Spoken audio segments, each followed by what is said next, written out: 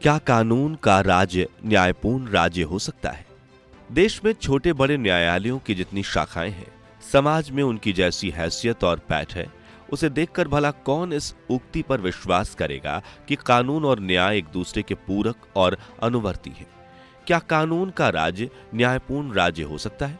इस प्रश्न पर यूरोपीय लेखक की एक उक्ति याद आती है।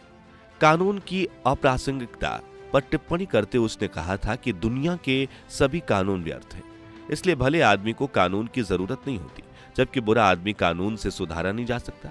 इसे पागलपन कहकर अधिकांश तत्काल खंडन पर उतर आएंगे, कानून का ही समर्थन करेंगे, कहेंगे कि कानून तो आधुनिक सभ्यता की आंख है, सुशासन की अनिवार्यता है, इससे सरकार और समाज दोनों को दृष्टि मिलती है। किंतु इस कड़वी हकीकत को देश के सर्वाधिक प्रतिष्ठित अधिवक्ता राम जेठमलानी जब इन शब्दों में बयान करते हैं कि दुनिया के श्रेष्ठतम कानून निष्कृष्टतम अपराधियों को ध्यान में रखकर बनाए गए हैं, तब उपयुक्त उक्ति की सच्चाई पर भरोसा होने लगता है।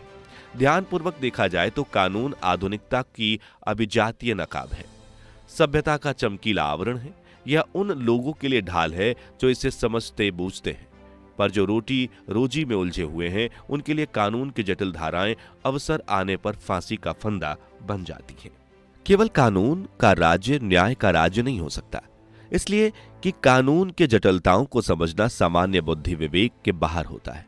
इस कमजोरी के चलते वह ताकतवर के साथ लड़ाई में लंबे समय तक टिक नहीं पाता।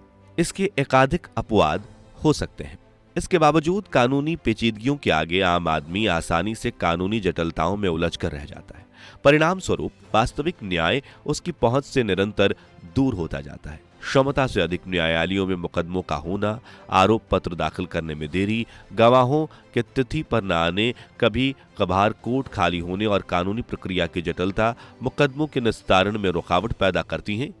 अभियोजन पक्ष की ढीली पैरवी, प्रतिवादीगण का तिक्रम भी कभी कभार भारी पड़ जाता है, जिसके कारण मुकदमा लंबा खिंच जाता है। यदि कानून के कुछ तकनीकी पहलुओं को व्यवस्थित कर लिया जाए तो मुकदमों के निस्तारण की स्थितियां बदल सकती हैं।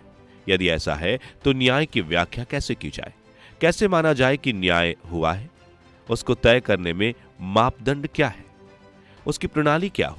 यह सवाल अनायास ही दिमाग में उभरने लगते हैं।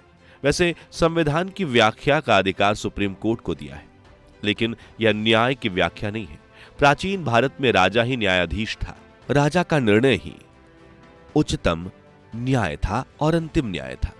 उच्च नैतिक मूल्यों की कसौटी पर तब भी राजा न्यायाधीश के रूप में स्वयं तथा परिवार को दंडित किया करते थे। इसके अनेक उदाहरण मिलते हैं। भगवान बुद्ध के न्याय में आरोपी डाकू अंगुलीमाल को न्याय का आदेश है।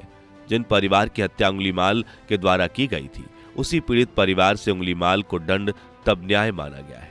न्याय की कसौटी उसकी सार्वभौमिकता में है। वही न्याय है जो अधिकतम व्यक्तियों को न्याय जचे और अधिकतम परिस्थितियों में न्याय संगत सिद्ध हो।